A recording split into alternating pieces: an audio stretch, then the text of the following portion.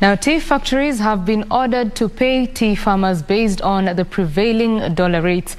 Agriculture Cabinet Secretary Mithika Linturi says farmers lose millions of shillings through unfair exchange rates and is calling on tea marketing agencies to comply with payments based on the central bank's exchange rate.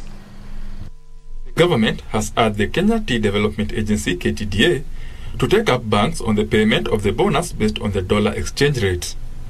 Agriculture Cabinet Secretary Mithika Linturi says farmers lose up to 6 shillings per kg due to unfair exchange rates. If the dollar in the market here is exchanging for maybe 127 shillings, then there is no reason to why the banks should pay or buy the KTDA dollar at 119. But that's how we are losing money that would have really gone to the farmer.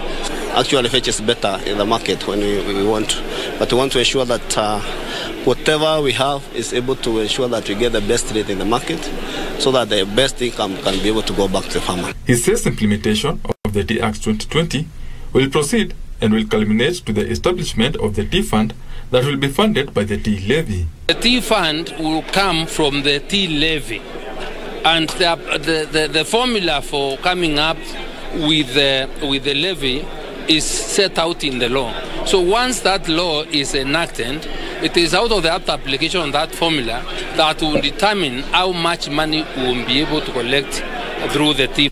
Linturi says the government will push ahead with the maize and rice import plans. No farmer complain anywhere about anything, because it's my responsibility as the Minister of Agriculture to protect my farmers.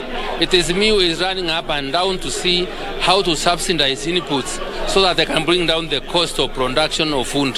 So, and I have also a responsibility as Minister to ensure the country has food to eat. He says an assessment on the current food stock in the country is ongoing, with the government open for more tax breaks on food imports to cushion Kenyans against high cost of commodities. Be assured, my greatest responsibility is to ensure there is food for everyone in the country.